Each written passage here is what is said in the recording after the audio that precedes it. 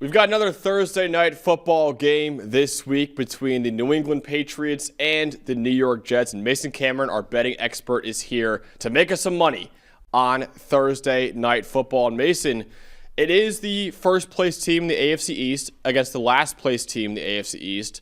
But both these teams are red hot right now. The Patriots won their last 7 games. The Jets won their last 2 games. Don't call it a comeback for New York right now. I'm telling you right now.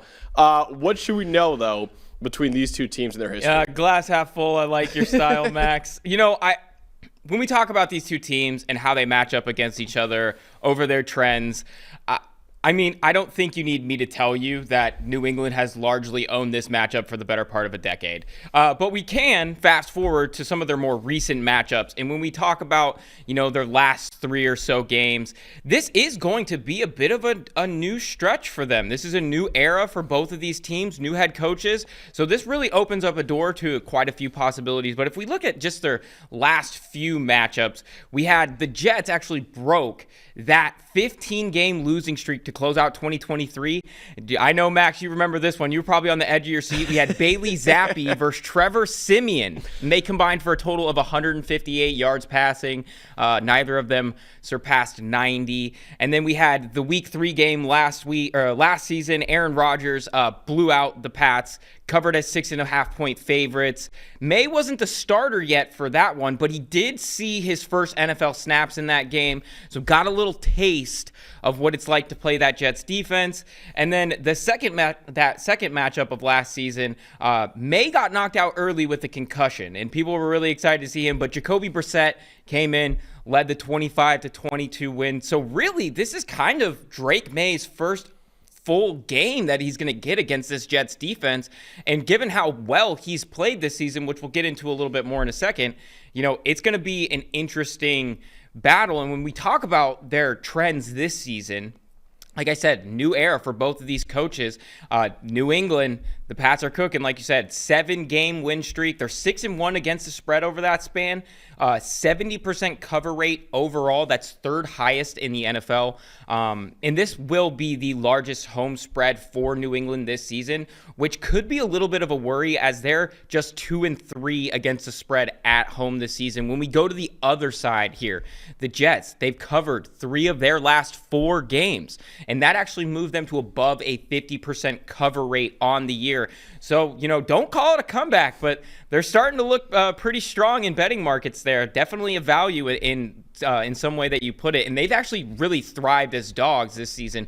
5-2 against the spread when getting points. So definitely, with a pretty significant spread here, about 12.5, 13 points, it's going to be something worth watching. So with that massive, 12.5, 13-point spread that we've got here, what is your favorite game bet for this one? So the game bet that I'm going to be targeting actually is going to be the Jets under 14.5 points. And I'll break into a little bit of what we're seeing from both of these teams and why I'm sort of feeling that edge right there. So, the Pats are well worth this high stature that they've been getting. Drake May, he's atop the MVP odds with Matthew Stafford. And since this winning streak started in Week 4, May, 3rd in PFF grade among quarterbacks. This team is 3rd in EPA per dropback, 2nd in explosive pass percentage, and 6th in touchdown drive percentage. Last week we saw TreVeyon Henderson taking a hold of the backfield a little bit. He had a massive game against a really strong Bucs front. 14, 147, 2 touchdowns, and 2 runs of 55 or more yards. That's really where this offense is at their best, with explosive plays, hitting that home run ball. They have really found their rhythm in that fact, and I wouldn't want to run up against this team down the stretch here because they're white hot. And then when we talk about defensively, they're really strong against the run. Top 5 in EPA per rush and yards per carry allowed. They're solid rushing the passer, about middle of the league in pressure rate. Milton Williams, great offseason signing there. 2nd in total pressures among interior defenders. But the big Achilles heel for this team is actually their coverage. They're 28th in explosive pass percentage allowed, 25th in successful pass rate. So if they're going to beat teams, they really need to suffocate the running game and let their offense really cook, build up a big lead so that other teams can't really throw it all over them and catch up to them. And that's sort of been where other teams have caught them from behind with big spreads like this, which is why I don't tend to lean towards them covering the 13.5, even though I think they're going to have a pretty, strong game in this one. And then if we look at the Jets, the biggest thing with this Jets team, which is why I feel like they're going to struggle offensively in this one, and it's particularly when they have Justin Fields at quarterback. If this team can't run the football, they're dead in the water. If we look at league's rushing success rates, Max, the league average is 31.4% this season. In games where they exceed that and they have success on the ground, they have some really, really good offensive production.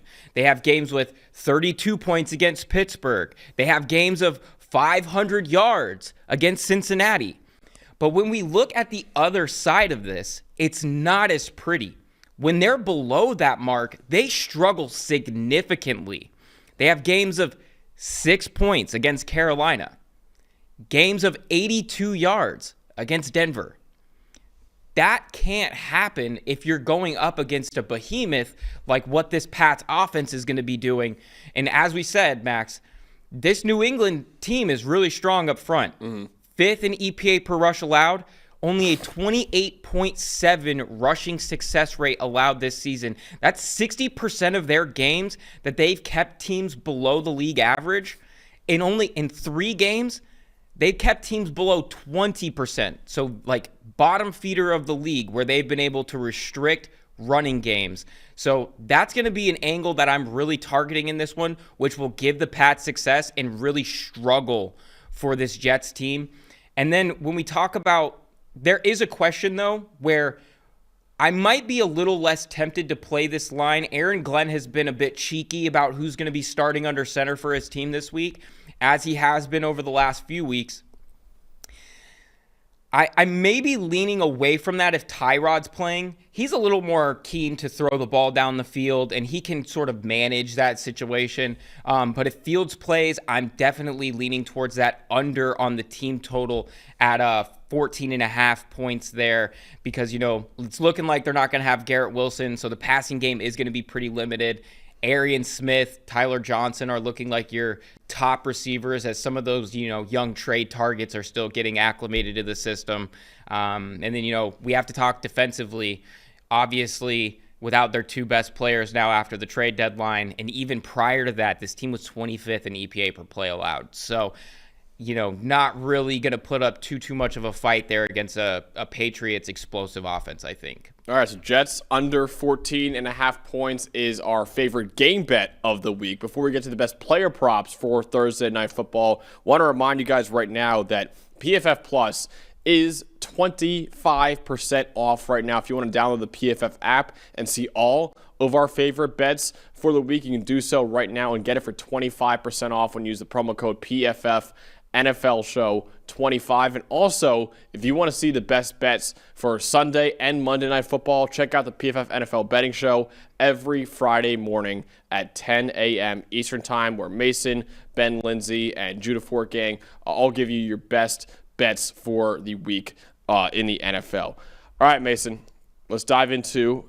your favorite player prop bets. We already said before the Jets under total points at about 14.5.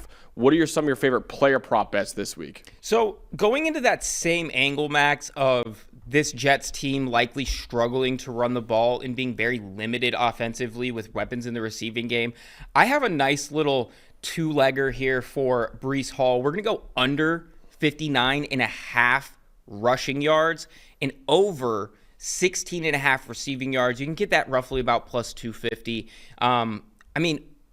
New England hasn't allowed a back to go over this rushing mark all season, every single game.